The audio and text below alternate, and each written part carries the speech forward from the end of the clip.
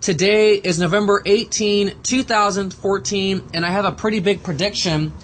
I have been saying for a long time that the people in the Obama administration are total geniuses because they have gotten away with every crisis that has been thrown at them. Now, no matter how often they've looked foolish and stupid, they have gotten away with everything. Obama has gotten away with Benghazi. He's gotten away with the IRS. He's gotten away with the NSA spying. He's gotten away with the open borders. Him and Eric Holder have gotten away with Fast and Furious. And they got away with the AP phone tapping scandal, among many other things. And they're going to get away with this Obamacare thing. Now, I know it looks really bad right now with all these Jonathan Gruber clips on the internet, basically exposing them for who they are, a bunch of liars that want to screw us over. But it doesn't matter, because even on all these other crises, there was damning information, damning video clips, things that made us say this could be the end of the Obama administration. And guess what? It never happened. And you know why? Because they know how to get out of a crisis. And the way they get out of a crisis is by starting a brand new crisis. So now what I'm going to do is I'm going to play these two clips before I get into how they're going to get away with this. Now the first one is Jonathan Gruber saying he was in the room with Obama when they were negotiating the Obamacare. And the second clip is Obama at the G20 summit in Brisbane, Australia, saying that he barely knows Jonathan Gruber at all and that he was not on the staff, so he's basically lying about Jonathan Gruber. So here's the clips. That's real cost control, that we know it'll work, go after this. Now the problem is it's a political nightmare, and people say, no, you can't tax my benefits.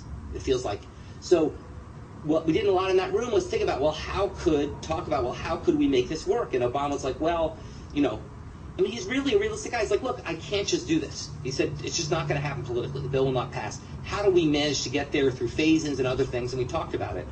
And he was just very interested in that topic. And once again, that ultimately became the genesis of what's called the Cadillac tax in the healthcare bill, which I think is one of the most important and bravest parts of the healthcare law, and doesn't get nearly enough credit. At your Burma town hall a couple of days ago, you tried to inspire young leaders by saying governments need to be held accountable, be responsive to the people. I wonder how you square that with your former advisor, Jonathan Gruber, claiming you were not transparent about the health law because, in his words, the American people, the voters, are stupid. Did you mislead Americans about the taxes, about keeping your plan, in order to get the bill passed? No, I did not. I just heard about this. I get well briefed before I come out here.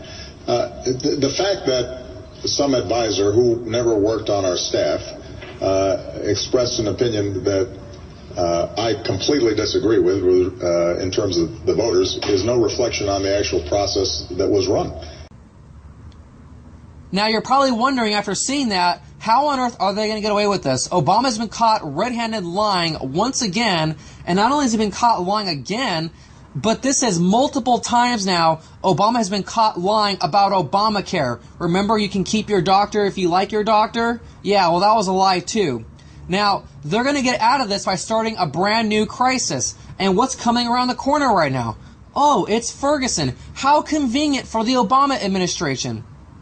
Right when all this Jonathan Gruber stuff comes out, Ferguson's about to blow up.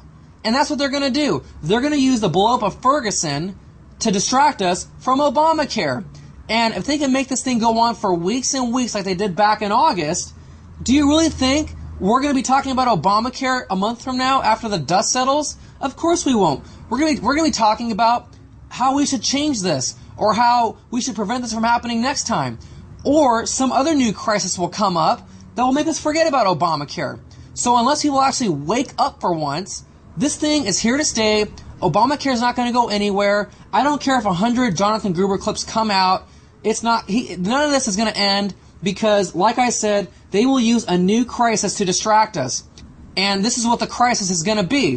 So I found this article while watching YouTube channel Dabu7, and it says, FBI warns Ferguson decision will likely lead to violence by extremist protesters. And look how they use the word extremist. And it says right here, peaceful protesters could be caught in the middle, and electrical facilities or water treatment plants could also become targets. In addition, so-called hacktivists like the group Anonymous could try to launch cyber attacks against authorities. Now, why on earth would a random person who lives in Ferguson, who only wants to have a normal, decent life, Why would they go out and protest, and then when they don't get what they want, why would they walk straight over to the electrical facility or the water treatment plant and tamper with it?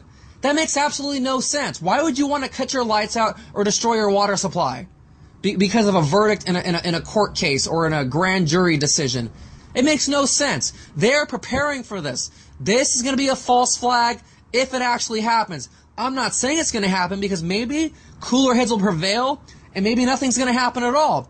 But if something major does happen, you better believe we're going to know who suspect number one is, and it's not going to be random protesters who are barely living above the poverty line or in most cases below the poverty line. They're not going to go over to their own electrical facilities and mess with them. So if that does happen, we already know who did it. And then so the next thing, Ferguson protest group releases list of targets including Anheuser-Busch, Boeing, Emerson Electric, and an airport. And they have the whole list here. And one of the good ones is Monsanto Corporation, which, hey, if that gets burned down right here, the headquarters, then you know what? At least one good thing will come out of this. But once again, these average protesters are not coming up with this list. This is being done intentionally. This is all premeditated. The organizers of these protests have met with Obama because he's a community organizer. Eric Holder has already gone out there back in August. This whole thing is orchestrated. They already know what's going to happen. That's why they already have their giant police state out there, because they are expecting this to happen. So they are going to use this big crisis, if it happens, to distract us from Obamacare. So I'm sorry to say, no matter how many Jonathan Gruber clips come out, Obamacare is here to stay, because that's how things work in this country. Because when there's a big crisis or when the establishment gets threatened, they just create a brand new crisis to get out of it. And then when this thing gets really messy and things look really bad, they'll have another new crisis to get out of the Ferguson crisis. So that's all for now. Let me know what you think, and I'm Grindall61 signing off.